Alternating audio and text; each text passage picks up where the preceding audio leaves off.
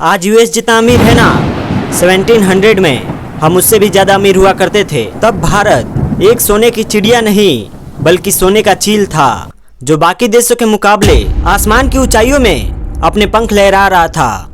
लेकिन आज रुपए को अमेरिकी डॉलर का गुलाम बुलाया जाता है। इतिहास में पहली बार अमेरिकी डॉलर के मुकाबले भारतीय रुपए 80 के पार चला गया है। आज अमेरिका के एक प्रेसिडेंट बदलते ही हमारे रुपीज की कीमत ताश के पत्तों की तरह बिखर जाती है। आज अमेरिका बड़े ही घमंड के साथ ये कहता है कि अगर हम चीख भी मारे ना तो पूरी दुनिया में ठंड पड़ जाती है। Indian currency the rupee has been making headlines every day for the last few weeks. लेकिन क्या आपको पता है, हमारी स्थिति हमेशा से ऐसी नहीं थी। आज से लगभग 2000 साल पहले ना सिचुएशन इसका एग्जैक्ट उल्टा हुआ करता था। सन 77 AD की यह बात है। रोमन ऑथर प्लानी अपनी किताब में एक शिकायत जारी करते हैं।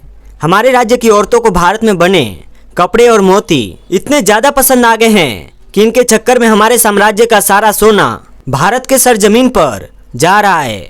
हमें हर साल करीब 100 मिलियन गोल्ड कॉइन्स इंडिया को देना पड़ रहा है और इसीलिए हमें जल्द ही इसे किसी भी हालात में रोकना होगा। इसके करीब 1500 साल बाद 1658 में भी एक फ्रेंच ट्रेवलर फ्रैंको बर्ननेर अपनी किताब में यह लिखते हैं कि विश्व का सारा कीमती चांदी और सोना पूरे दुनिया भर के देशों से घूमकर आखिर में भारत की जमीन पर ही दफन हो जाता है।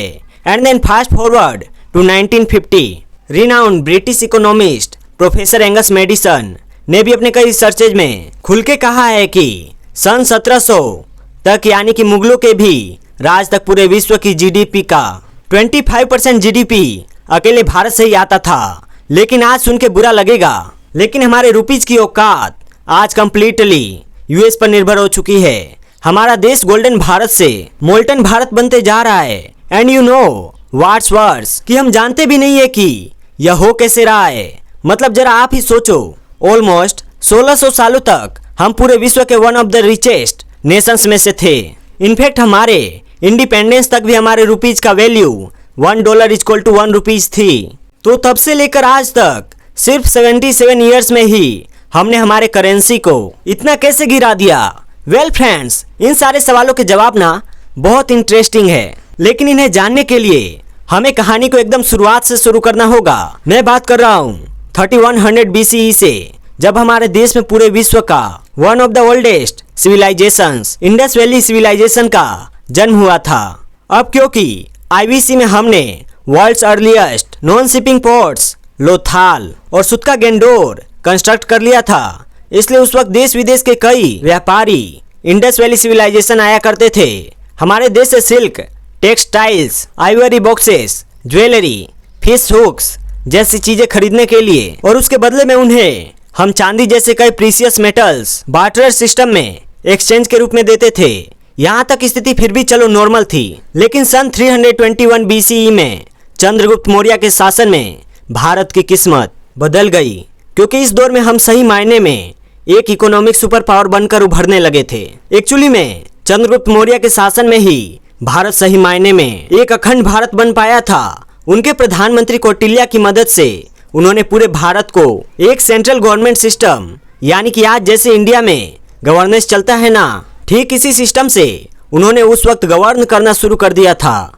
और इसी दौरान एक भारत की एक ही अर्थव्यवस्था हो, इसके लिए मौर्यंस ने ही हमारे देश में सबसे पहली बार करेंसी के कंसेप्ट को जन्म दिया।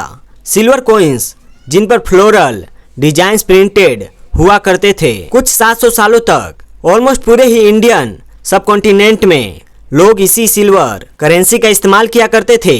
अच्छा, मौर्यन पीरियड में ही इंडिया में इनकम टैक्स और कस्टम ड्यूटी का कॉन्सेप्ट भी शुरू हो गया था। कस्टम ड्यूटी इसलिए क्योंकि इसी पीरियड में इंडिया विश्व का सबसे बड़ा एक्सपोर्टर बन चुका था, और इस बात का जिक्र प्लानी ने भी अपनी किताब में किया है। भारत का सबसे ज्यादा माल रोम जा रहा था, वहाँ इंडियन टेक्सटाइल और मोती की डिमांड बहुत ज्यादा हुआ करती थी, इसलिए कस्टम ड्यूटी के कॉन्सेप्ट को इजाद किया गया ताकि इन एक्सपोर्टर से गवर्नमेंट भी पैसा बना सके। लेकिन रोम के pass on the other hand हमें बेचने लायक कोई खास चीज नहीं हुआ करती थी, सिवाय एक सबसे कीमती चीज सोना।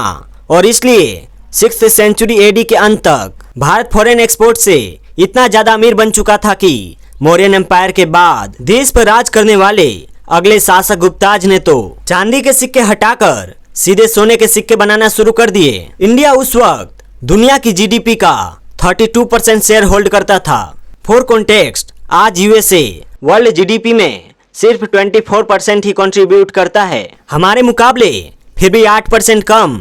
सो I think it is really safe to say कि हम 6th सेंचुरी एडी तक वर्ल्ड के एक मेजर इकोनॉमिक सुपर पावर बन चुके थे, और वो भी सिर्फ कुछ ही सालों तक नहीं। हमने यह पद ऑलमोस्ट 1600 सालों तक कायम रखा। इनफैक्ट मुगलों के राज में भी हमारी जीडीपी 25% होल्ड करती थी। जानते हो यह कैसे मुमकिन था? वेल एग्जैक्टली उसी वजह से जिस तरीके से आज चाइना इकोनॉमिक सुपर पावर बन के बैठा है। वेल यस, मैन्युफैक्चरिंग हब बन के इंडिया का हर एक कोना कुछ ना कुछ प्रोड्यूस या मैन्युफैक्चर जरूर करता। जैसे बंगाल में सिल्क उगकर आगे बिहार, जम्मू और गुजरात जाता, वहां जाके यानी कि सूरत में world famous silk clothes, Jammu में सोल और बिहार में कारपेट बनते थे। ऐसे ही राजस्थान प्रीसियस स्टोन्स, पिंक और व्हाइट मार्बल मैन्युफैक्चर करता, तो Punjab wheat, Ganga, plain region rice, Deccan region rice और शुगर, और मालाबार रीजन स्पाइसेस उगाते थे।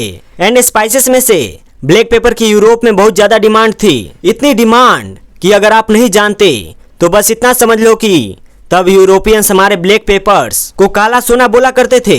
इंडिया ऑलमोस्ट हर चीज एक्सपोर्ट करता था, कपड़ों से लेकर फर्नीचर्स तक, जरूरी सामानों से लेकर लग्जरी आइटम्स तक, सब कुछ, मतलब सब कुछ। और इसके बदले में पूरी दुनिया भारत को सोना चांदी दिया करती थी। इंडिया इंडस वैली सिविलाइजेशन से लेकर 1700 तक, ऑलमोस्ट मुगल पीरियड तक वर्ल्ड का one of the largest exporter था। तो हम आज कैसे हम एक ट्रेड डेफिसिट नेशन बन चुके हैं? वेल आज फ्रेंड्स, मैं आपको मुगलों और ब्रिटिशर्स ने कैसे हमें लूटा, हमारे रॉ प्रोडक्ट्स को कैसे ले जाकर फिनिश गुड्स बना के हमसे ही कमाया, यह सारी चीजें नहीं बताऊंगा क्योंकि हम ऑलरेडी इस पर कई वीडियोज बना चुके हैं और यह सभी चीजें हम जानते हैं। अभी के लिए फिलहाल मैं फास्ट फॉरवर्ड करना चाहता हूँ 1821 में, जब भारत से लूटे सोने से ब्रिटेन ने दुनिया में एक इन्वेंशन किया।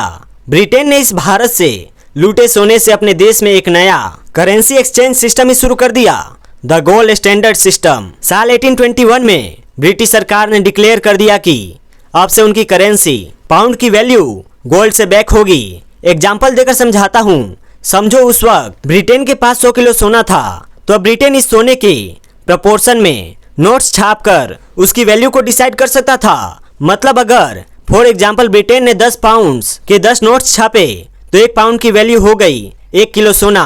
उस समय अगर कोई इस नोट को बैंक लेकर जाता, वो इसके बदले में सोना विड्रॉ कर सकता था। इससे लोगों को फिजिकली सोना कैरी करने की कोई जरूरत नहीं थी जैसे उन्हें पहले करना पड़ता था। यह काइंड ऑफ आज ही के ट्रांजैक्शन की तरह था कि नोट दो और सामान ले लो। इसमें बस यही फर्क था कि आगे दुकानदार चाहे तो या तो वो नोट को सोने में कन्वर्ट कर सकता था या फिर उस नोट को आगे दूसरा कुछ खरीदने के लिए पास ऑन कर सकता था। और इस तरह गवर्नमेंट गारंटीड पेपर नोट्स का कॉन्सेप्ट पूरे दुनिया में शुरू हुआ। दुनिया में इसी एक्सचेंज वैल्यू और पेपर नोट्स को लेकर ट्रेड होने लगा। अब दूसरी तरफ भारत का सारा सोना लूट कर भी ब्रिटेन का दिल नहीं भरा, वो हमें और बर्बाद करना चाहते थे।